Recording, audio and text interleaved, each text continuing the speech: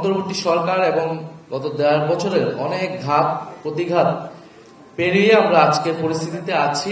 প্রথমেই যে একটা বিষয় আসে যে নতুন বন্দোবস্তের আকাঙ্ক্ষা কি আছে কি নাই, বিশেষত আমরা জোট করার ফলে এই প্রশ্নটা অনেকবার এসেছে।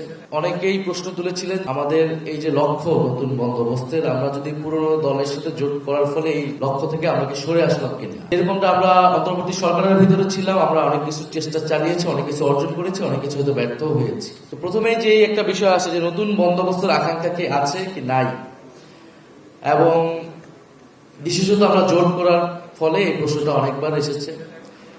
আর অনেক পক্ষে বিপক্ষে সমালোচনা হয়েছে, আলোচনা হয়েছে। আমরা আমাদের যে নতুন বন্দোবস্তের যে লড়াই বা যে দাবি নিয়ে আমরা শুরু করেছিলাম, আমরা এখনো সেই দাবি দিয়ে আছি। আমরা অন্তর্বর্তী সরকারের সময় প্রথমত আমাদের লক্ষ্য ছিল যে সাংবিধানিক পরিবর্তন, আমরা নতুন সংবিধান চেয়েছিলাম, কিন্তু একটা পর্যায়ে এসে একটা সংস্কারে এসে এটার মধ্যস্থতা হয় ঐক্যমত কমিশনের মাধ্যমে। সেখানেও আমরা আমাদের পুরোপুরি লক্ষ্যমাত্রা অর্জন করতে পারিনি। নতুন বন্দোবস্তের যে আকাঙ্ক্ষাটা সেটা আমরা এখন একটা দীর্ঘমেয়াদী লড়াই হিসেবে দেখি।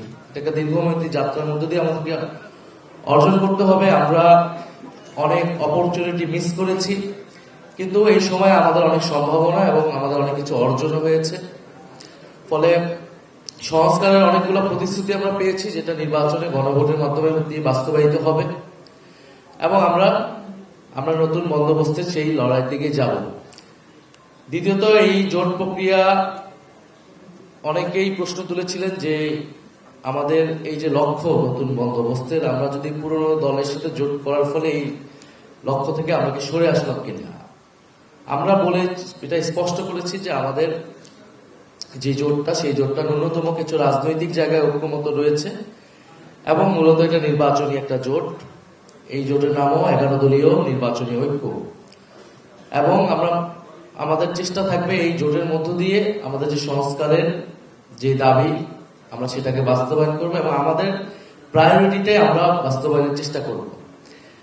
ফলে এই কারণে আমরা কিন্তু আমাদের ইশতেহারটাও আলাদা আমরা দিচ্ছি। এনসিপির পক্ষ থেকে একটা আলাদা ইশতেহার, জামাত ইসলাম তাদের একটা ইশতেহার দিয়েছে, এবং আমাদের এই ইশতেহারটা আমাদের সারা দেশের মানুষের জন্য, যেরকম জোটের জন্য, আমাদের প্রতিদ্বন্দ্বী দলগুলোর জন্য, আমরা যদি এই 11 দলীয় জোট সরকার গঠন করে, আজকে আমরা যেই বিষয়গুলো বলতেছি সেই বিষয়গুলো হচ্ছে গভর্নমেন্টের ভিতরে আমাদের যে অংশীদারিত্ব থাকবে সেটাতে আমাদের প্রায়োরিটি লিস্ট থাকবে। আমরা সেগুলো সেই সরকারের ভিতর থেকে বাস্তবায়নের চেষ্টা চালাবো।